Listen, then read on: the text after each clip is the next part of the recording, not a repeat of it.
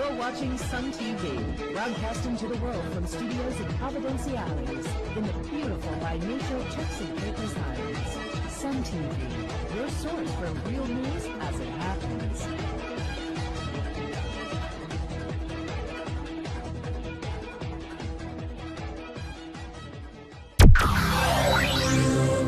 In our headlines today, Premier Ewing defends overseas travel by cabinet ministers. There's not much hope for renegotiating the $260 million loan guarantee.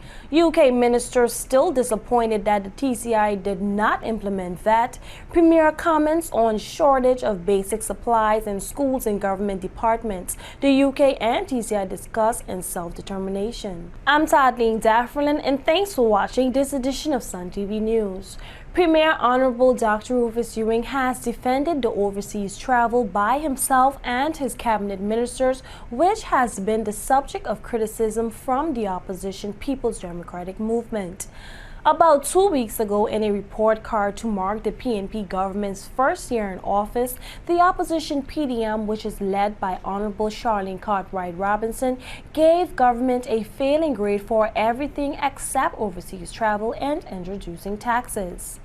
However, during a press conference on Wednesday, December 4th, at which he gave an update on his recent trip to London for the Joint Ministerial Conference of UK Overseas Territories, Premier Ewing dismissed the PDM's remarks as chatter and said that overseas travel is absolutely necessary, especially in this global village. The Premier said that although he listens to criticism, he also recognized that as a small country, the Turks and Caicos Islands needs to get out there and expose itself to the rest of the world, otherwise it would be left behind. So when you're in opposition, you can say anything, because when you're in this seat, you'll do the same thing, and you've been there over and over. It's chatter, all right? And all I need to say is that this is the global village. You just cannot sit at home and expect for things to happen. You need to go out and make contact to make things happen. And so whilst I take on board comments that people may have been said with regards to travel is necessary to conduct business and government business, and the only way you're going to get into place if you go out and reach the world and the rest of the world. The Premier, who shared the press conference with Governor Peter Beckingham and his deputy, Honorable Akira Mizik, also gave an update on the $260 million loan guarantee following meeting which he had with UK Minister Alan Duncan. According to the Premier, the discussion were very cordial and instructive, but at the end of the day, they came to the conclusion that there was not much room for renegotiating the loan guarantee before 2016. There is no way that right now that you can really refinance the loan in a sense to get rid of the UK guarantee, because the bondholders, which are many persons and entities who hold the bond, you will have to go to about 50 persons and negotiate with 50 persons to agree to refinance a bond without a UK guarantee. Now 2013, next will be 2014, we have already have more, just about half or more than what is necessary for us to put towards getting that 85 million, which is necessary for us to pay down, and then to borrow the remainder to match it to break the bond. Because what we need to do, the objective is to have by 2016 between 85 to 100 million dollars that you will then use to pay towards the bond. The remainder that'll make up the 170, because we didn't borrow 260 by 170. The remainder we'll then borrow. So we say, example, we put in 100 million, we then be able to borrow 70.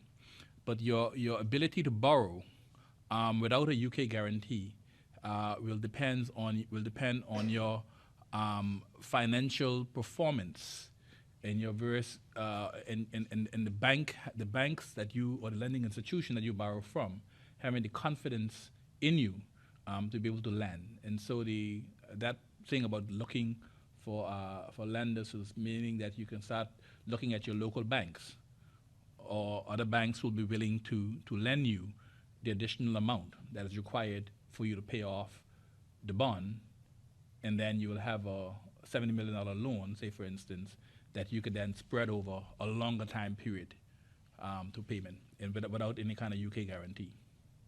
And that is what they're referring to in terms of the strategy. And the concern with regard to the constraint, the tight financial constraint that we have to work under in relation to having to pay down the loan at such a rapid rate.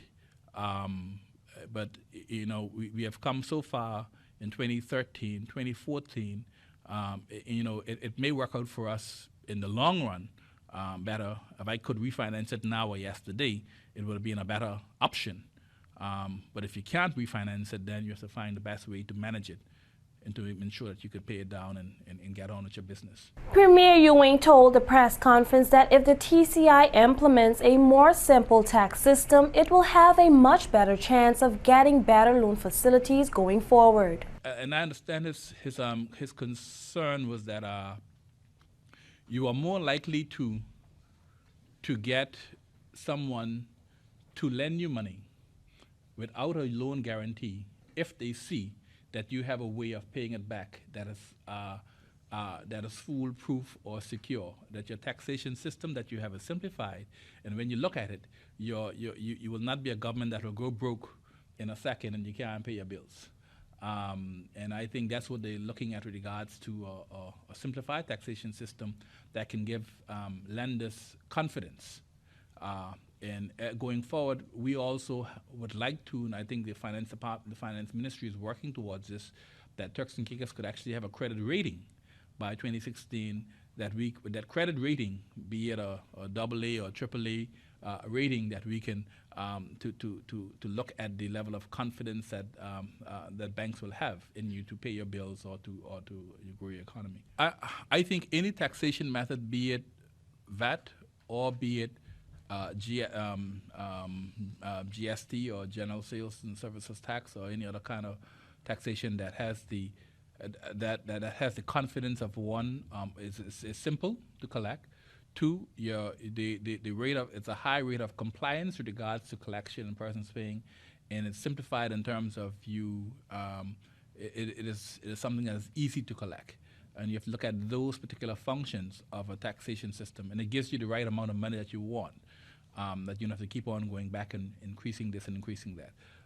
Once you have that kind of taxation system in place, then any bank will have the confidence. It doesn't have to be VAT. Any bank will have the confidence to be able to lend you money. The Premier revealed that the UK Minister Duncan was not pleased that the TCI Parliament voted against the introduction of the value-added tax and that there was not much support for it throughout the country.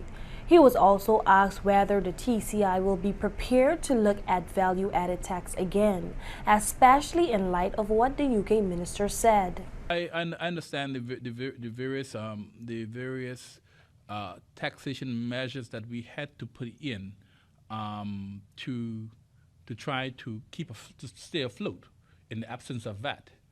But I still don't think, and I'm still of the view, that VAT was not good for us. There are maybe other taxation measures that are better, and this is it is our hope that by next year, after the public consultation on the options that are available to us, we don't have to put VAT in the mix because VAT was discussed extensively in the past, but others will be discussed in public consultation, and we have to come up with a decision on one method or the other. VAT excluded other options that might have been there. And so there are many other options that have not been considered extensively that we are considering extensively. If it is so desired that after we go to public consultation, the public look at all of the other options that we are putting forward, and they say, hey, to hell with all those other options, we want VAT, then hey, so be it. So be it, all right? But I think we need to have the opportunity. Over the past several weeks, there have been widespread reports of shortages of basic supplies such as printing paper, toilet paper, and other essentials in many government departments, including schools. When asked about this, the Premier said that this may not be because of a cash flow problem, but perhaps how the budgets are being managed. In any event, he said that government will be going to Parliament seeking more funds next week. As far as I know, when I look at the government accounts, with the various line items that are budgeted for under the various departments. If you look at the financial reports that you will see at the end of each month or at the end of each quarter, you will see which was allocated to be spent by each department and what is indeed spent.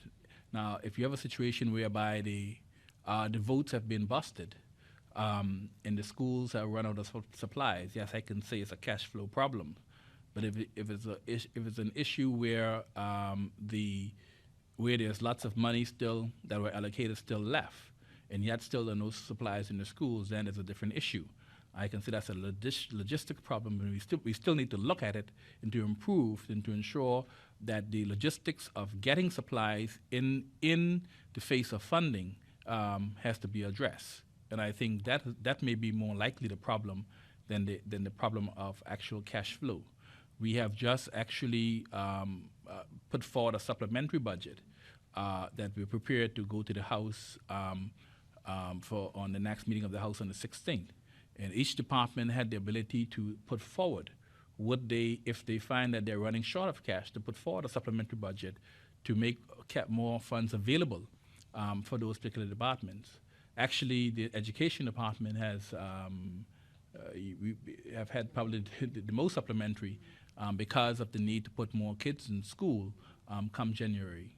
So I understand. I mean, I understand the issue in what is being said or getting at. I don't think all of it is due to cash problems. I think some of it is due to logistic problem.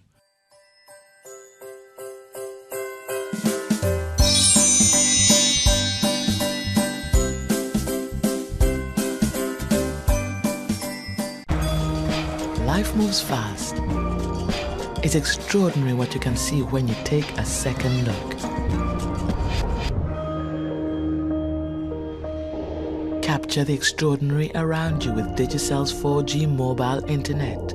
Share the moment instantly with our superfast speeds on your mobile device. The internet as it was meant to be. Only with Digicel 4G. Digicel. Be extraordinary. The issue of self-determination was also one of the main topics discussed at the London meeting. The UK government noted that the people of the overseas territories have the right to choose whether or not their individual countries should go independent. Journalists at the press conference also asked the Premier about whether TCI would be prepared to have a referendum on this issue, and this is what he had to say. Self-determination was on the minds of many territories, including Gibraltar. Falklands just went through a referendum. Anguilla is hard pressed. Turks and Caicos expressed interest. So there are lots of chatter about it, and I think the UK just wanted the opportunity to state their position with regards to self-determination to its overseas territories, and that took place at the private working lunch meeting between the leaders and the minister. Well, first of all, the referendum have to take place, and whenever if you're dead set and going to a referendum, you have to be prepared to win too. So you don't want to just jump into something that you know you're going to lose. So as you know, Gibraltar did it before in the I think 90s. They lost their vote. I think they're confident that they will probably win it this time. I'm not sure. The Falklands, I wouldn't say lose their vote. I think they made it clear what they would like to be. It's about preparing ourselves and making persons feel comfortable that they, in terms of from an economic standpoint, and making persons then feel confident that you can run your own business, run your own show. And I think a lot of people support it here. And we need to. We will go through the various process of the constitutional advancement right now to change the various changes that are needed in our constitution, and it will take the various leadership to accomplish some of the tasks that have been set, to then move that to the people. But at least it is the will of the people to do a referendum, and through the leadership, and also the people to determine. Dr. Ewing said the UK minister also said he would look into the matters of illegal immigration, although he did not give any guarantees. One area in particular was the area related to illegal immigration. and the impact that illegal immigration is having on all sectors of the community, including financial, environmental, housing and social conditions and education, and to seek the minister's commitment to looking at that particular issue and lending support. That particular issue is also relayed to Minister Duncan from the DFID, who has committed to taking a closer look at it and who has committed to possibly looking at supporting our Marine Police branch so as to further beef up our borders. And I'm saying look at. There was no solid commitments to that end. I don't want to be misquoted. The Premier said that high energy costs also came up for discussion among the overseas territories ministers and the UK government. He said that the TCI had the highest energy costs among the overseas territories. Energy was a main focus, and in green energy, all territories present were fighting for the first place, to be first place as to who has the highest energy costs. And I'm sure Turks and Caicos probably won that. But we all recognize the need to reduce the cost of energy in Turks and Caicos. And the way to go is go green and renewable energy. So we in the UK has committed to providing technical assistance in looking at the appropriate legal and policy framework in developing renewable energy. And we in Turks and Caicos will be capitalizing on that and looking towards the Department of Energy and climate change for assistance in that area as we seek to increase the amount of renewable energy as part of our energy generation. Meanwhile, Governor Buckingham had a very positive assessment of the meeting in London. He said the TCI made a very huge impact and he was quite impressed. Let me just finally say, on a more, not so much personal level, but on a TCI level, that I was very struck that the TCI team made a really big impact at the meeting. If I can say this without sounding patronising, I thought that the Premier and the Deputy Premier were very active in their participation. They contributed right through the discussions, both with ministers and separately. And on the last day, on the Thursday afternoon, there was a major investment event in Lancaster House, which is one of the finest buildings in London, with about 200 potential investors. And I think there was a widely held view that really, for a couple of reasons, TCI probably shone out particularly, A, because a lot of work had gone into the preparation of the stand that TCI had, and secondly, that the Premier, the Deputy Premier and myself all bothered to stay for the whole afternoon and talk to potential investors, and we've already had some follow-up discussions. We went straight from it to one important meeting, and I know that we've had approaches from others already.